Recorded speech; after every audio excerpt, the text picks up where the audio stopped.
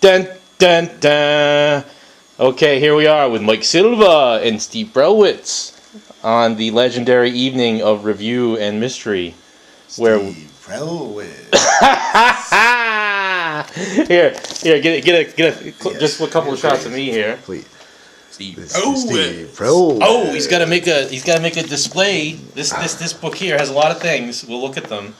Some of them, but one thing we have to look at right now that is very historic. Mediamente. It's actually the first chart that Greg Dulce and I wrote. Woohoo! That's the actual artifact, baby. There it is. There it is.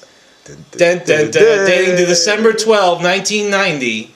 Wow. Bum, bum, bum. As he wears the Kiss t-shirt. The Kiss t-shirt. And now the Old Cosmic Testament. All right. Tome. The tome. Dun, dun, dun. I'll resume. Switch back to resume direction. Actually, flip it over, Mike. Dun, dun, dun. Arnold. Arnold. It's not a tumor. It's not a tumor.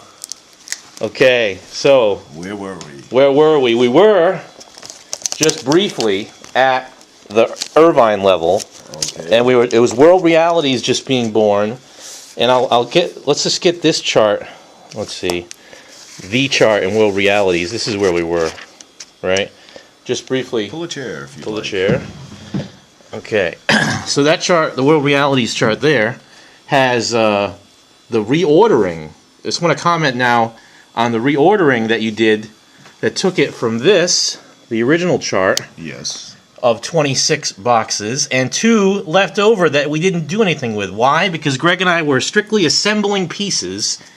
Each one of these is a different cartouche card or different key to the deck of cards through which came the cosmic figures. And we had no notion of the structure until we just sat down and put them together in IHOP, International House of Pancakes. Then, In Connecticut. and then, what's the date on that? 11/91? 10/9/91. 10/9/91, October 9 of 91. So from December 12 to October 9, then we have this 28 box thing. Now what, to your recollection, was the motivation of the 28 boxes as opposed to the 26? To my recollection, mainly, the easiest way to explain it would be that there were the 7 colors, for lack of a better word, that were in use, and we believe that there were the 4 levels of each color. Right. So hence being 28. So there must be 2 on a specific level, and we'll use the black and white or nature category as the 2 missing, and we were only breaching the Larry Curly probably. Well, they were the Larry and the Mo. It was a Larry. Death. I mean, not Death, Nature, right? Because the Shemp was that Ankh one, and then the Void box was the Curly one, supposedly. That was Right. Friend, And right? Or something. yes, but I was in disagreement with, because at this point in time, there's no way you all were actualizing the Mo or the Shemp. Right, true, because if you don't have all 4, you can't actualize any one of them, really. And, well, what I'm trying to say is Mo would be the actual application, because to me that was the 3rd dimension. Yes, it and was. there was no way you could actualize the 3rd dimension of this row based upon the cast of characters you were working with. Indeed, because of our... Yeah.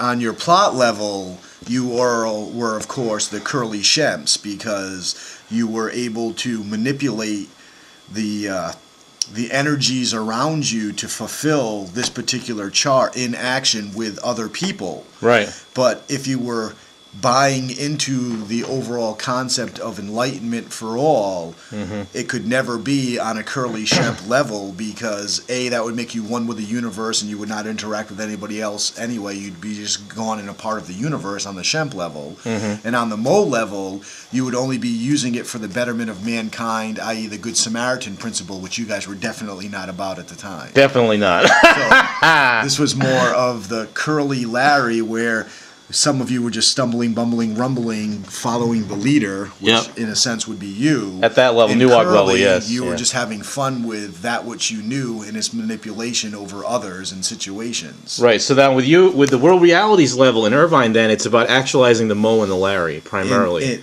with the 28 strategy. Well, it was about trying to come up with a believable in society interaction with the chart. So it had to become some sort of formula or equation or application. Yeah. It couldn't just become a universal cast of characters in some other world. Content based. Right. Yeah. And that's what we were all about in the Irvine / movement on. And that's why you, from the earliest days, interacted with me, because I was your ground more than anything else. Yes, and I just want to comment on that. I had been talking about just a moment ago about the two pillars phenomenon, about you and I represented as in Freemasonry with the Temple of Solomon, you have the two pillars, Boaz and Jachin, which represent the terrestrial and celestial worlds.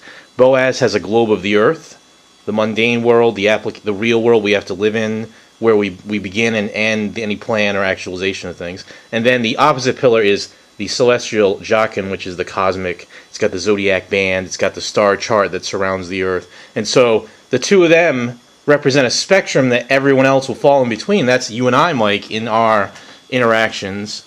We fell in between those two spectrums. We created that spectrum that everyone falls in between. And you and I, in terms of an early form of this, is, I had mentioned just briefly out there, the Prince plot level that had occurred prior to Nuog and was part of the big build-up to Nuog, and culminated actually when I went to see Prince and talked about this. The cosmic code of of these boxes, the individual boxes, in Prince's music, he was using the exact same system of symbolism, the Egyptian symbolism, right? Right. And his view was all about the synthesizing the two principles of the sexuality lower principle and the spirituality higher principle. And that is the two pillars again, curiously enough. The point I would like to make back to the Nuog days, anything and everything that you all were experiencing during the time frame, for lack of a better word, is truth. But it was non-applicable truth, because if the masses don't buy into it, one pillar not only. Even that. But that's the segue. Because I was the center. The segue that I was going to get into is that you and I at odds with each other is stagnation for the rest of the world. Yeah, exactly. And that's the biggest point of anything to be said. The mundane and cosmic clashing in vain, right? Because of ego. So unless we are separated and or in agreement when together, is the only time that a natural progression of enlightenment and or acceptance of outlandish or over the edge concepts could be accepted. That's why there's been so much progression under alien artifacts lately. Yeah, of course. Code, yes, exactly, exactly. Yes, because it's the rest of the world not catching up with us, but being able to accept those types of socialization factors for those different inputs, because you and I are not. As you were saying, you were not trying to be the center of those realities, as well as the fact that we were not at odds with those realities coming into. If anything, we were pushing for more acceptance on a societal level of some what would normally have been termed outlandish concepts. Yes, indeed, indeed. And so now society may be closer to being able to be enlightened to the truth as it is. Indeed. What's interesting on that comment then?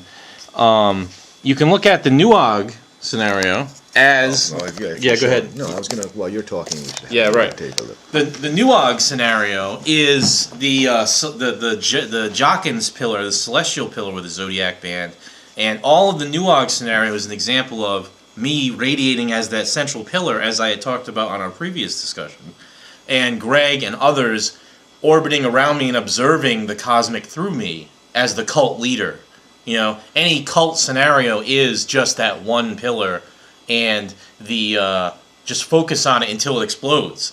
Essentially, because why? Because if you pull the cosmic power and pump it through just one pillar, no matter which one it is, eventually it's going to explode. And that's why all cults are on a ticking clock, and why they have to be cut off from the mundane world. Hell yeah! Because the mundane world, representing Mike Silva, and the Boaz. Real world where things began, the red as opposed to the blue of the Jachin.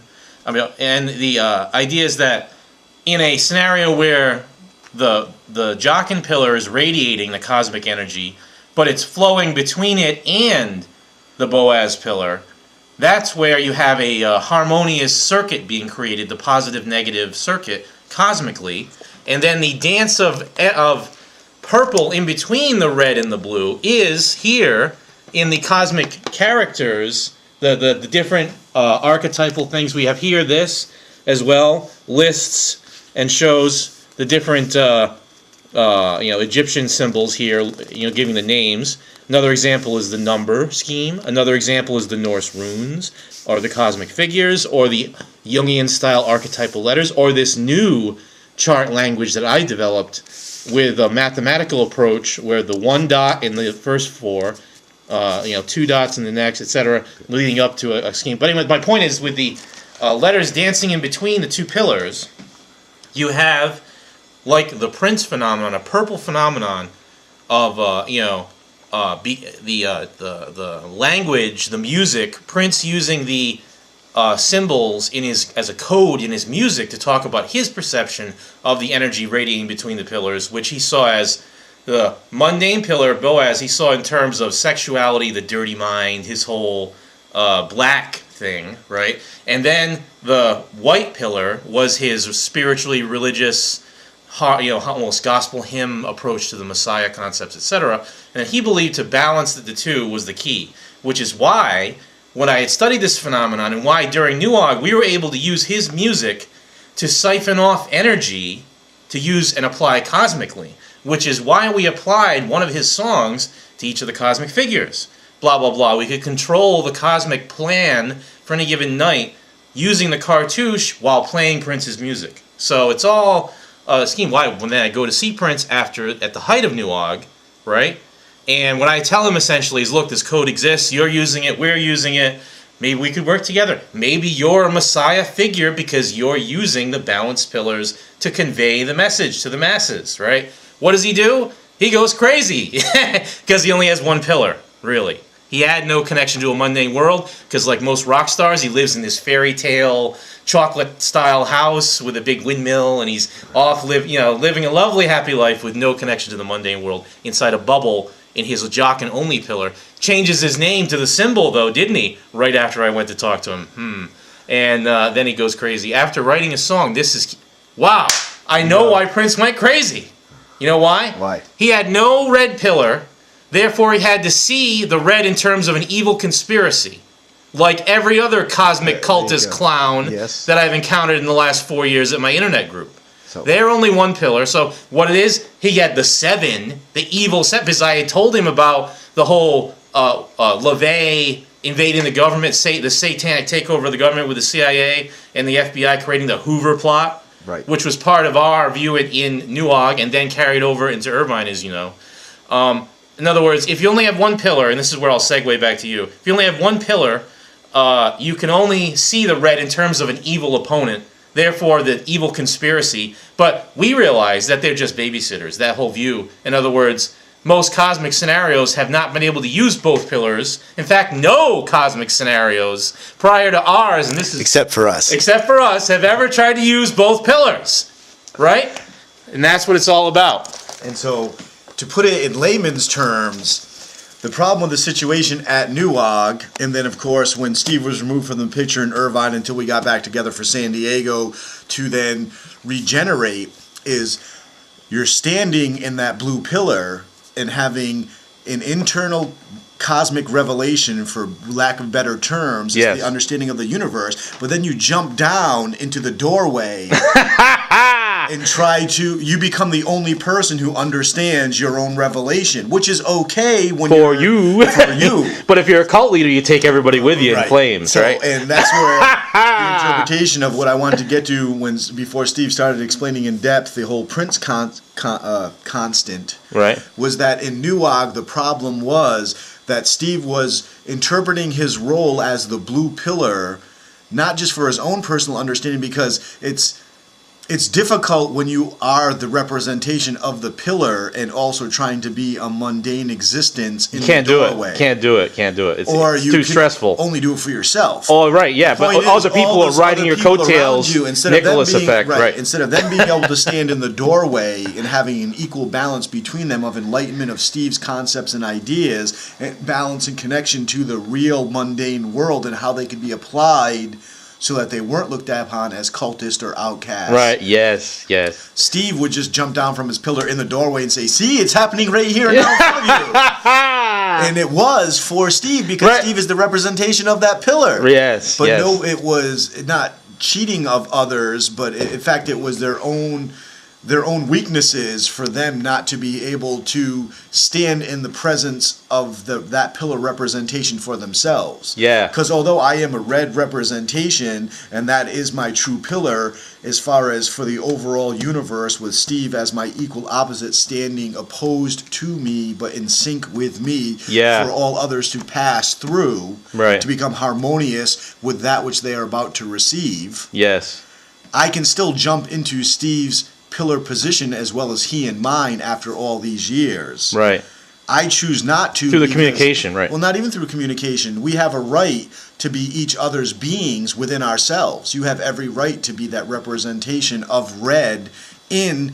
that's what I learned in the martial arts phase, right? In a containment that you've built for yourself and for the others that you have love for and surround yourself with. But no right when it comes to the rest of the universe, because you and I have to fulfill our natural roles when it comes to that. Of course. That's why you're in the gunslinger role and I'm in the magician role, essentially, in that mythological style. And if we could ever then take one individual and put them in, and that's what we do. We take an individual and stick them in that doorway and give them the benefit of they become the green of Greg, right? While they're in the doorway, and we process them through how. And this is where the equations came into place. Yeah, we'll get to that in just a second. Of taking somebody for who they are and where they are, and processing them through us, so that they can receive and walk through into the temple of the purple. Right, yes. And then have a clear understanding of its divineness and use for them as an individual. Yes, indeed. And so that, just briefly then, as we segue now into the functioning of the others of us,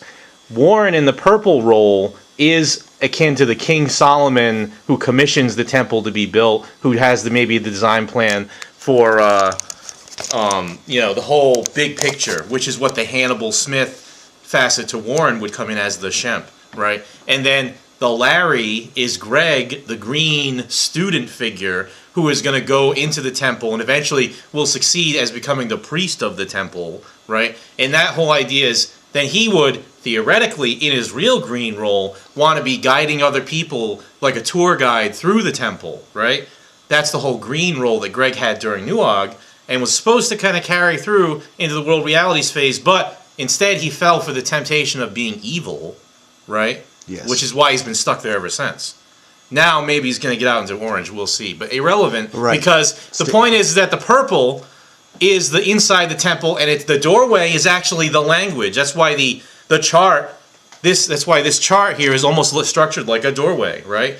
And why, when Warren and I did a new set of plates in 1999, we chose to go with the theory of looking at a character, like you got a picture of a character for the plate. Behind him is a road leading back to a structure with a doorway.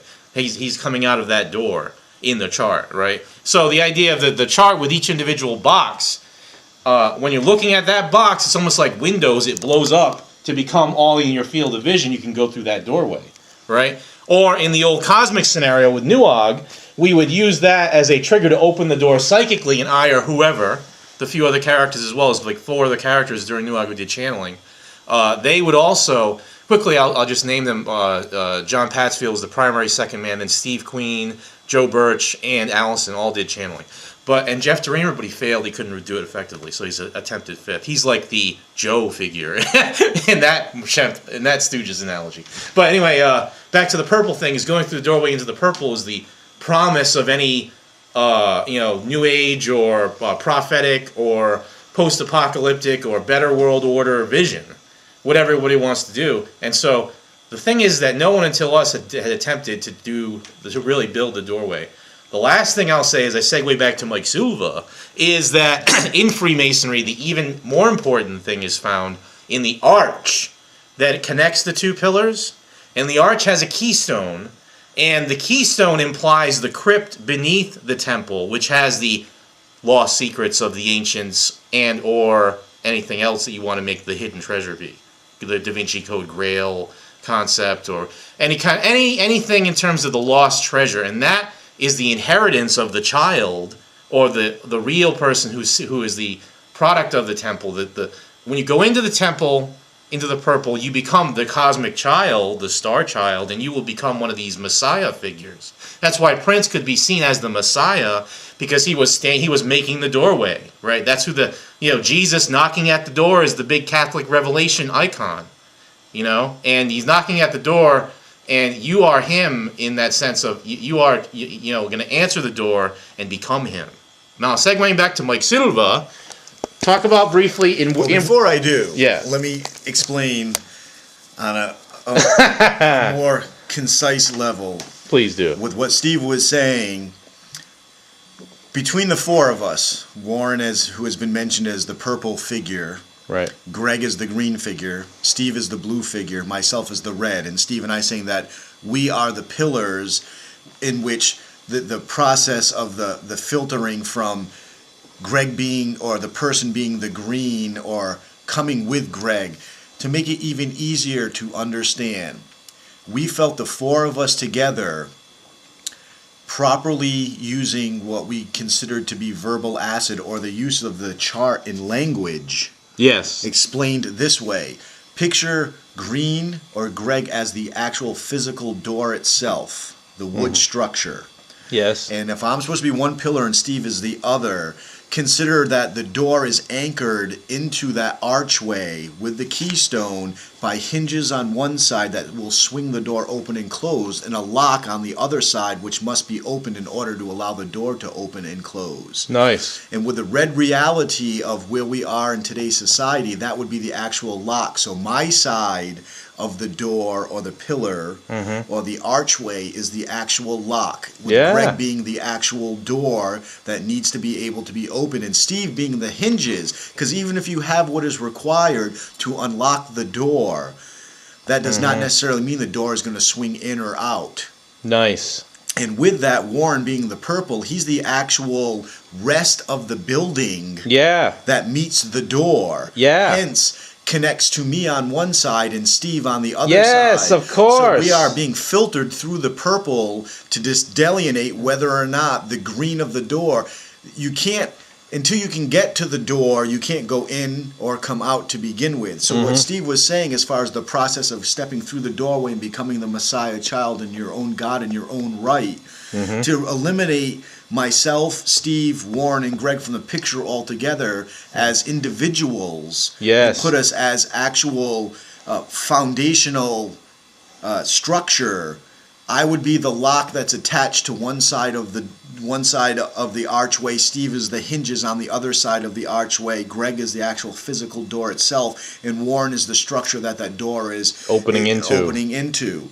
And why we've become that as individuals, the way we would interact with a single, the fifth, the other being, that's where the corporation of world realities comes into play, because a corporation is the only thing that can be looked at as an individual in the eyes of the law. Well, the same thing with a person. Nice. By interacting with the four of us properly, we could take that person and make that person from the human entity, corporal self they are, into the soul divinity that is within them. Yes. And that's why it was so important to be able to make the chart an actualization through language as well as through physical action. Nice. And it became a two-part equation.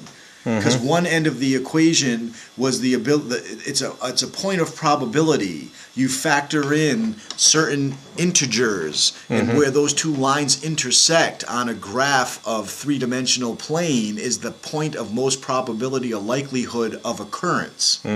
So swinging all that back together again, if Greg were to fulfill his role properly, he would be able to find somebody ripe for transition.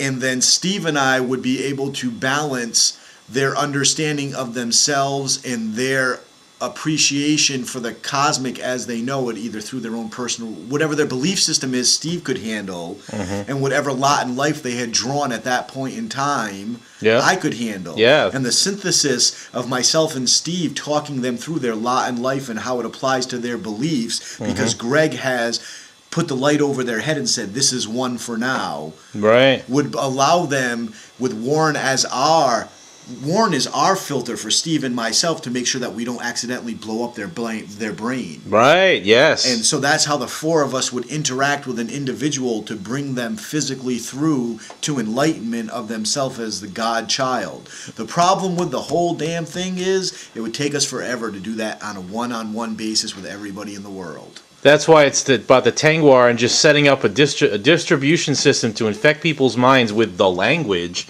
so that it happens by default no matter what their door is. They can align it properly. So the use of the symbolic imagery, refining. Now, so where we've been for the last decade is on a language level, Steve has been writing on people's subconsciousness as he always has, but now culminating in the internet process. But now for a full understanding of the purple instead of for self-gratification. The goddess service is the purple doorway. And I have been doing it through action. So anybody who's ever observed me has seen the chart in action through my actions, not necessarily through my words. The Gunslinger effect. Whereas people, through Steve's ability of communication, have been affected the same way, regardless of his actions. That's why even while in the Red world, it became about communicating to the children, because that was my most effective Red type of role as the father-teacher instead of the warrior more. Exactly. Yeah, indeed. So now just briefly talk back to the chronology about world realities in relation to development of the Red Pillar for our functional unit.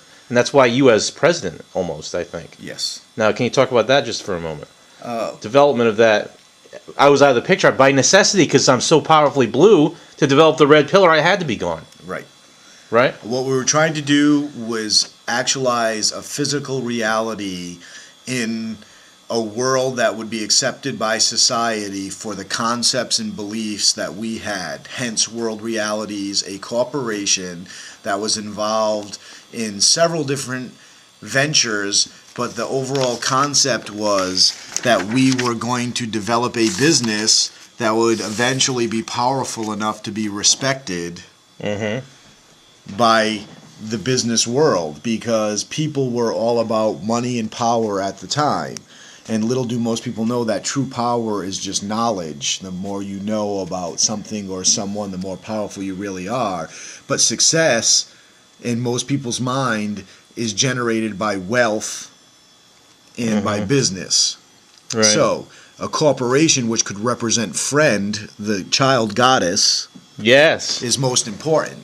Yes. So World Realities was the entity that would eventually become the child goddess for us. Right.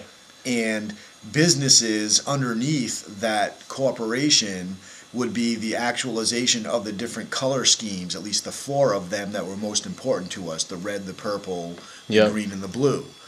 Now, can you... Oh, go ahead. No, go. Can you briefly explain the iconography, World Realities? Because it's similar suspiciously to the Prince principle I was talking about. This is essentially the symbol he changed his name to, coincidentally. Well, yeah, this is all from you, Steve. Basically, we're taking a world and we're passing it. This was an hourglass. Yeah. And we're trying to pass the world through the hourglass of time into the cosmic reality, the new which future. is enlightenment for everybody. Nice. And basically, the only fate is that which we create. It was the motto, not in all of that, linguistically, not exactly that way. But the point being is, we firmly believed that fate wasn't written, predestined for us, that we were in control of our fate, and that the general outcome has always been about enlightenment and saving the world. It has never been about an apocalypse or Armageddon to prove that, you know, death and destruction it was imminent.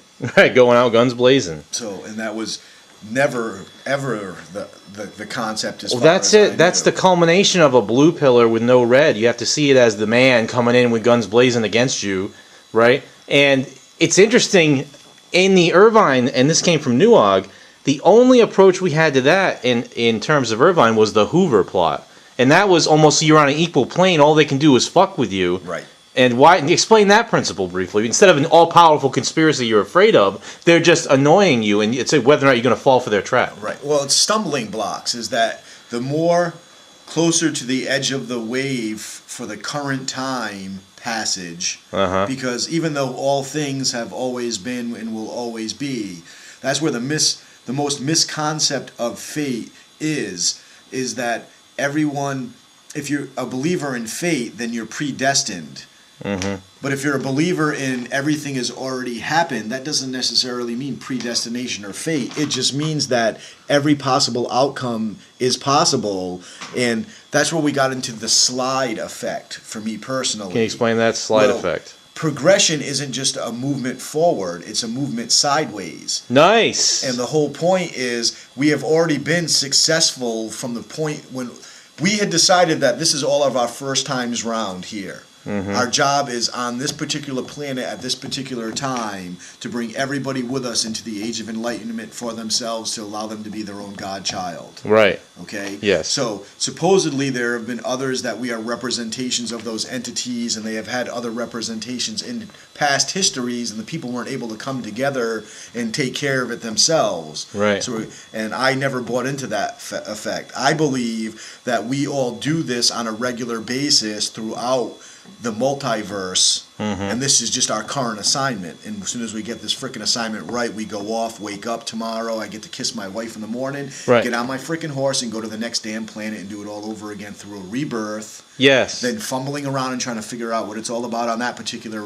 realm. Yeah. Come together with the right people there. Mike, I'm sorry, did you read the last Gunslinger book? No. Do you want me to tell you how it ends? No.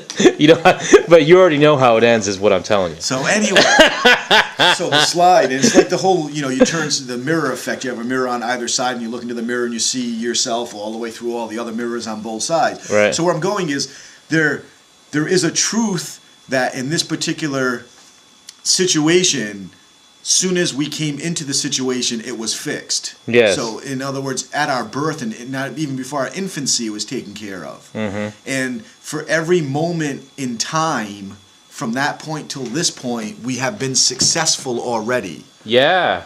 But in this particular reality, for this now, we haven't done it yet. Yes. So we are moving, and that's where the graph equations come into place, because they're skewed. They go off on a side upward motion. Nice. So as we move forward towards the end result that we're trying to produce, we're also sliding sideways to those worlds where we did it right now. Right. Okay, no, we did it right now. What we're trying to do right now is have a conscious understanding, because it's a contradiction for us to give ourselves a quality with the humans that we are surrounded with, but to use our fourth dimensional abilities to force our hand. So that's where we get to the last child on Earth, or the last person on Earth believing. We are, and that's where I always had to rein you in specifically, Steve, and where I had to try to make everybody else understand that it's not about us.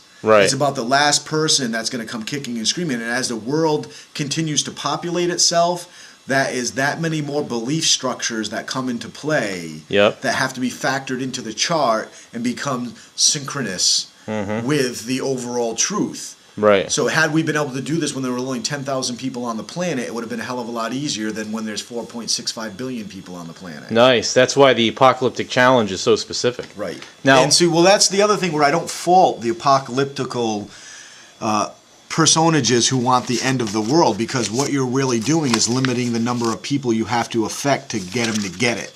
So if you had a catastrophic event that wiped out 99% of the world's population, it makes it a hell of a lot easier to convey your message, because there's less people to get it to. Indeed. So now this is interesting. At this point in Irvine, okay, this is Greg Dulce's big revelation in Irvine, one of them anyway. Establish parameters. Establish specific parameters, okay? Right. And he seems to be here when he's talking about how you learn. There's one of his notebooks which tragically was lost, where it says it's one of those college type of subject, life teacher Mike Silva, and classes, cosmic application. He wrote in all these type of ideas, and then established parameters. This is actually from that notebook. This one page. It's all that survives of that notebook because of whatever happened. But it seems that what he was trying to do, looking at it from Greg's point of view, I can speak pretty clearly to how he was thinking going into Irvine, which was that he was first of all, his job was to remember what the door looked like in Nuog, right? What was the configuration of how the chart... That's why we said he was the door, but he never was smart enough to realize that, because anything could have been the frickin' door for him to recognize. And so he's trying to remember that, and then he's trying to apply it. So what he has to do in terms of how the cosmic is going to work in the red, right? The green figure, learning about the red, he needs to establish parameters, because with the radiating blue pillar of Steve, there are no parameters. It's just an endless content of plot level that could go on forever, and usually just does go on forever. Something, anything, whatever is cool and attractive until it burns out, because there's no red. But with Greg now, he has to establish a parameter structure. In other words, learning how the business will create a net of probability parameters, let's say, that the cosmic energy is going to flow through. And that's why a lot of the charts that Greg is working on at this time, okay, during Irvine, let's say, are charts that deal with... Where's a good one? Let's see it. This whole thing here. This is how he developed, I suspect, the general symbology, right? Which came from me, yeah. Here he's talking about fourth-dimensional running of energy through the grid, activity, etc. He resurrects the Siocule ideas, right? And what is he doing? He's looking at how, he's studying how cosmic energy flows. Here we are. The whole idea. This is actually a grid. This is another one of his surviving big things that he claimed was about the chart. We need to look at it in terms of these parameters and create like a magical. He was looking at the Parallel Universes book as well, trying to access the other dimensions, and how through the red focus, because he was scorning the blue because he couldn't generate it. So his approach was, we'll just dump Steve in the blue. I've got the record of the door. I don't need his pillar, right? In other words, if I just focus on the lock, I can beat the door down. That was his view. And so, but anyway, the red development of Irvine is key, because then it allows us to come back together at the San Diego level. And here, when we come back together in 93, just briefly, we have the legendary A-team dynamic, okay, exemplified right here, okay. This was a re-envisioning of world realities that we did at the time. This actually, Mike, is the red book where I recorded the A-team does theatrical mathematics. This was in early 93, okay.